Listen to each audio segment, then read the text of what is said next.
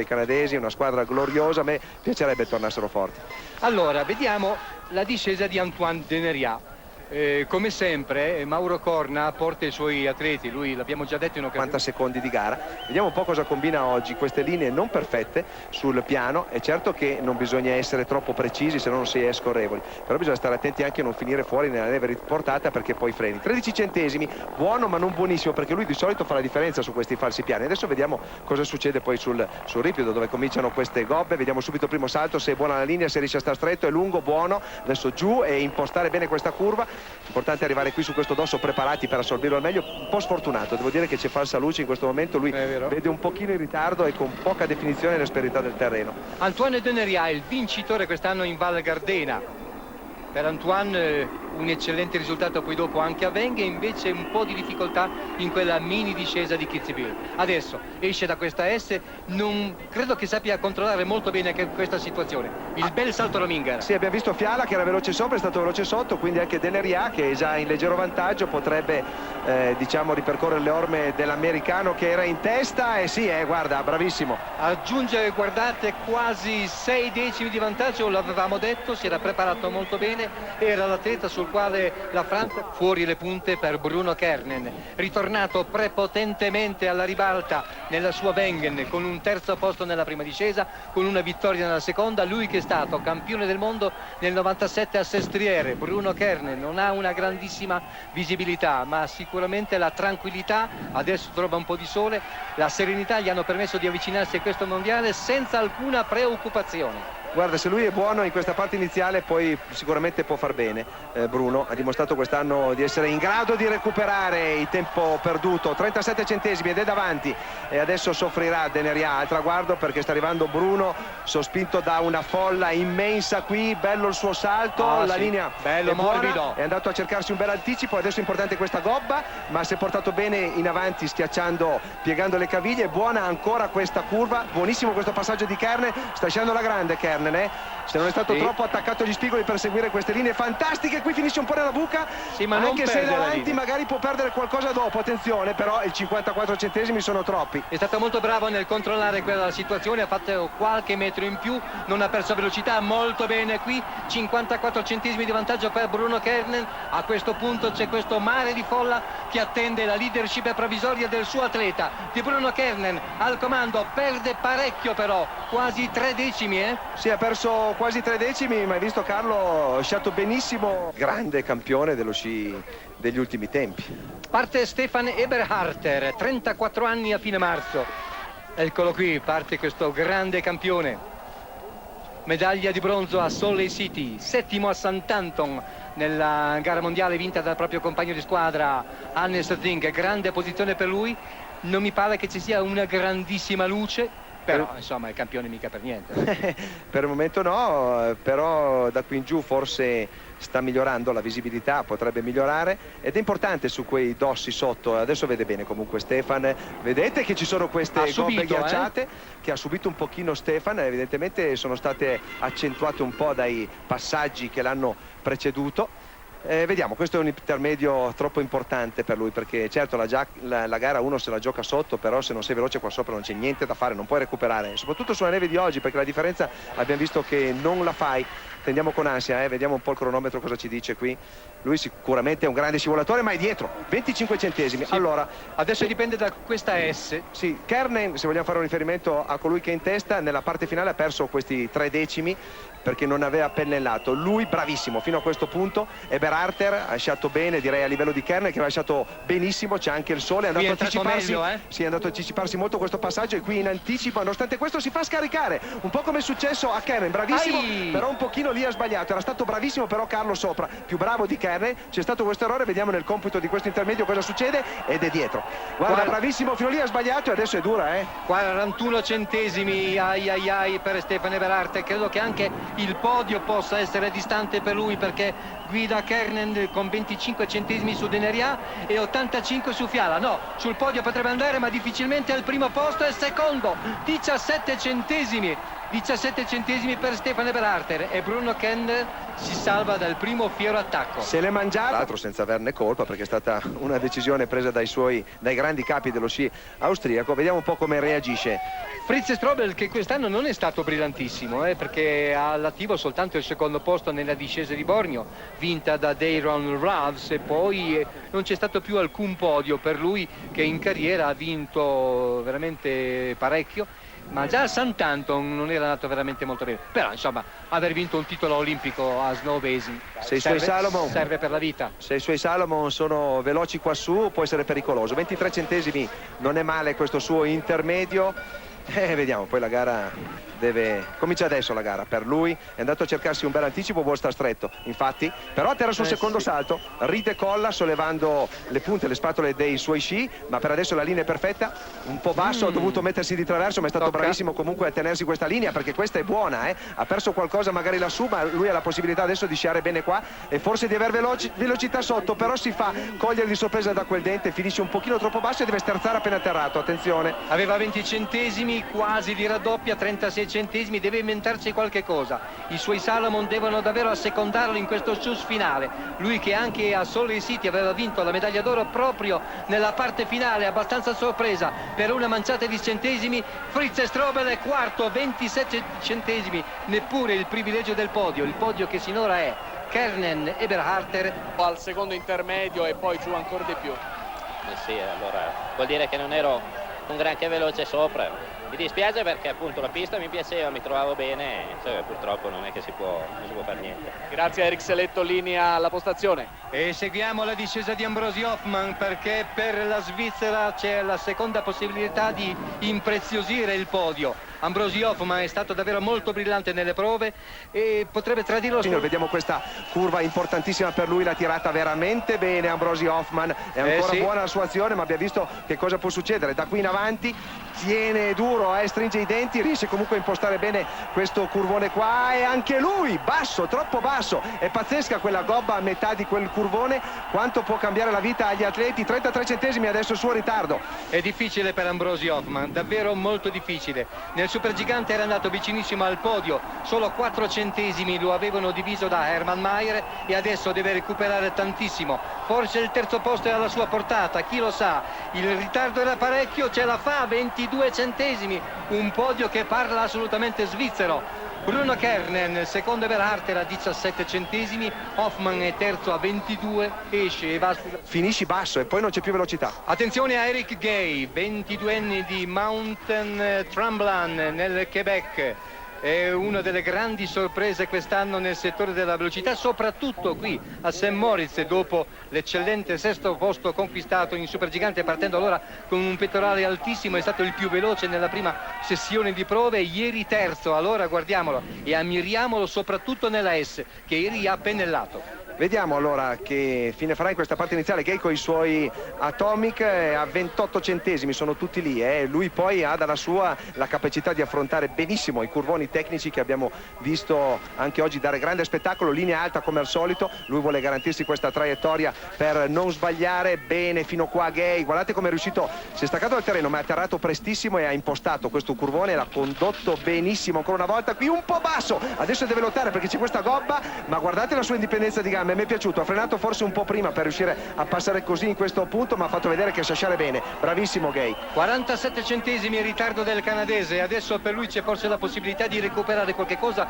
in questo tratto finale. Il terzo posto di Hoffmann è a 22 centesimi, deve scorrere benissimo, ma è difficile. Sì, perché è saltato un pochino troppo lungo là, ancora un lungo saltone da parte di Gay. A me piace molto come sia. Terzo, grande prova di Eric Gay, bravo, è stato molto bravo davvero in questa parte finale. Allora, guardate che podio. Bruno Kerner che continua a resistere, secondo posto per Eberharter a 17 centesimi, terzo è Gay a 19. Davvero Christian oggi può conquistare il risultato della vita, deve avere fortuna, deve liberare tutto se stesso e fare come ha fatto ieri, facendo meglio nella S finale. Christian Ghedina, il grande protagonista della velocità italiana. Guardate questa nuvola, che brutto scherzo, ma lui dovrebbe riuscire a superarla.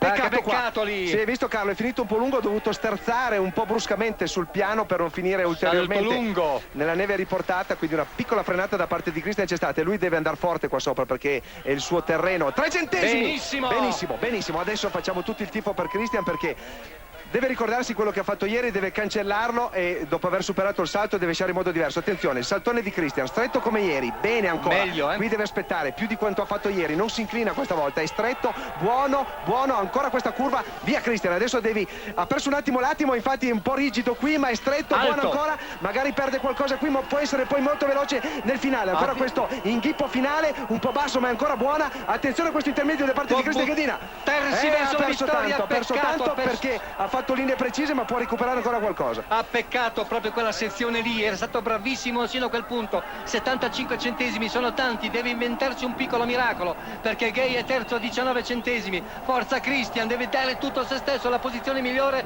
taglia il traguardo ed è settimo, 71 centesimi. Peccato per Christian perché sino all'uscita di quella S era al comando. Guarda, io sono molto contento per questa sua gara. Bisogna, certo, ieri dopo la prova tutti speravamo Stimolo davvero per continuare perché un Christian così può e deve stare ancora in Coppa del Mondo. La partenza rabbiosa, aggressiva, cattiva di Didier Kish. Didier ha detto: se oggi vinco una medaglia sarà solo per me, non sarà per la Svizzera, non sarà per la stampa svizzera che mi ha attaccato, mi ha lasciato solo. Oggi voglio vincere per me, soltanto per me. Didier Kish. E vediamolo allora. Kush rabbioso su questa neve, però deve stare attento un po' troppo, perché l'abbiamo visto nel supergigante, ha sciato male proprio per questa tensione eccessiva. Intanto è abbastanza cospicuo il suo distacco, 43 centesimi, finisce lungo dopo il salto, quindi ha avuto problemi nell'attacco di quella curva verso destra, però Kush è capace di tutto. Ieri ha sciato in modo fantastico in queste curve che stanno per arrivare, ma ieri vi dicevo c'era una neve difficile che ha messo in difficoltà tutti. Qui benissimo per il momento Kush, ancora una volta stretto, fantastica credo la sua traiettoria e la sua azione qui, anche più morbido, molto bravo qui, era purtroppo dietro di 4 decimi, fantastico ancora una volta, finisce un po' basso ma ha fatto una linea che nessuno ha fatto. È stato veramente molto bravo in quella sezione, guardate solo 7 centesimi il suo ritardo, adesso può gettarsi su, è stato un pochino basso, fa un po' di strada in più però non perde la linea, altissimo, il suo impatto non è precisissimo, non è pulito, sono 7 centesimi di ritardo che aveva nei confronti di Bruno Kernen. La Svizzera sta cercando di trovare il proprio campione del mondo. Chi è? No! È secondo, 16 centesimi. Guardate questo ordine d'arrivo per ora. Kernen primo, Kish è secondo a 16 centesimi, terzo è Belarter a 17, esce dal podio Gay a 19. Ah, questa volta il numero non gli è venuto bene.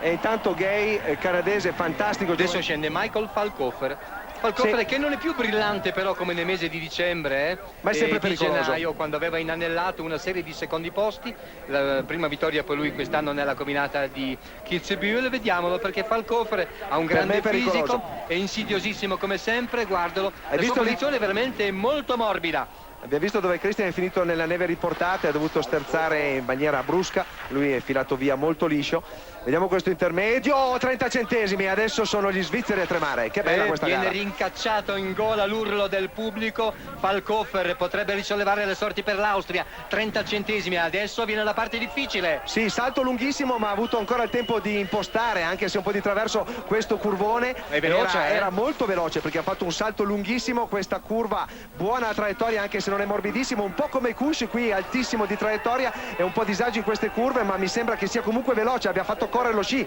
Sì, è buono il suo tempo, attenzione, è davanti di mezzo secondo. Adesso sarà difficile per Falkhofer perdere tutto questo vantaggio, 51 centesimi, adesso è il salto di fronte. E non è ancora finita la gara, salto corto, controlla molto bene Falkhofer, un lungagnone di quasi 2 metri e adesso dovrebbe buttarsi sul traguardo e andare al comando.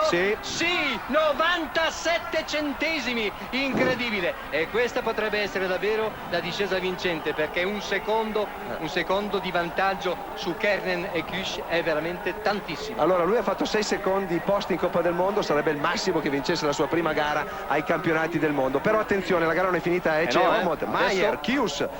Che profilo. Allora vediamo un po', Shetil Andre Omod, Shetil bronzo nella combinata. Pensate, in una straordinaria carriera Shetil Andre Omod ha vinto ai mondiali medaglie d'oro in tutte le specialità ad eccezione della discesa. ha vinto in Coppa del Mondo soltanto una volta a Chamonix quando vinse la Coppa del Mondo, in discesa non ha mai vinto, quest'anno 2 volte sul podio, è dotato di questa grande morbidezza. L'altro giorno nelle prove è uscito ma sino a quel punto era il più veloce e lo è anche oggi, attenzione! Quindi velocissimi i suoi Nordica, più veloci degli Atomic di Valkofer, adesso è davanti e lui ha la possibilità di andare in testa perché nelle curve in teoria sulla carta dovrebbe sciare meglio, però qui finisce un po' basso, ha dovuto fare una semicurva in più anche se Valkofer qui si era dovuto mettere di traverso, qui finisce basso, portato verso l'esterno da questa pendenza trasversale, riesce in qualche modo a recuperare perché lui ha classe da vendere, qui la linea è ancora buona, c'è stato quell'errore là sopra, sono vicini e qui questo è un numero brutto perché poi puoi perdere velocità, ha dovuto andare a sbattere contro questo palo e dietro e potrebbe perdere ancora qualcosa. Oppure potrebbe recuperare nei confronti di Valkofer, 19 centesimi sono pochissimi, non credo. possono essere tanti, vediamo. Valkofer al comando, potrebbe andare comunque sul podio perché Kernen è secondo a 97 centesimi. Gli ultimi momenti di una discesa che è ricca di emozioni. Omod conclude secondo a 51 centesimi, peccato, aveva la gara in pugno. Però fantastica la sua prova, Omod è sempre lì. Signore e signori, Omod secondo in combinata, anzi terzo in combinata dietro Chius. Oggi con questa medaglia potenzialmente diventa il recordman. Diventa il recordman. Perché Girardelli quanti ne ha? No. Il grande campione. Hermann Maier, campione mondiale a Vail, vi ricordate quella gara nel 99 quando prese un anticipo straordinario, andò direttamente nella porta, fece alcuni metri con il telo sul volto.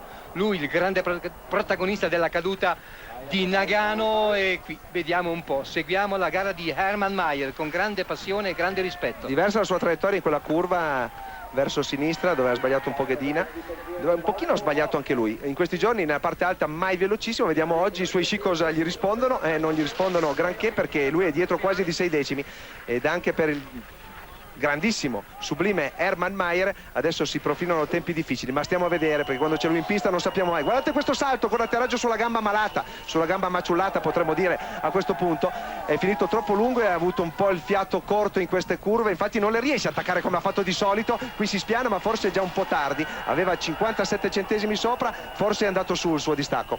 Allora Hermann Maier che sta proponendoci una discesa ricca di generosità e di grande impegno agonistico.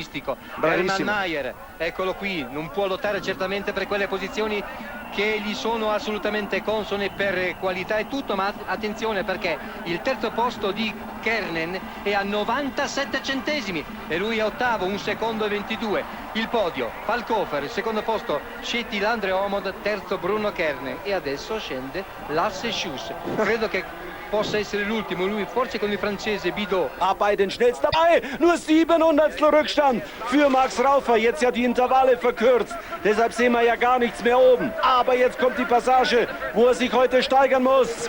Max Raufer bei den Allerschnellsten, springt leider, das gibt's doch nicht. Das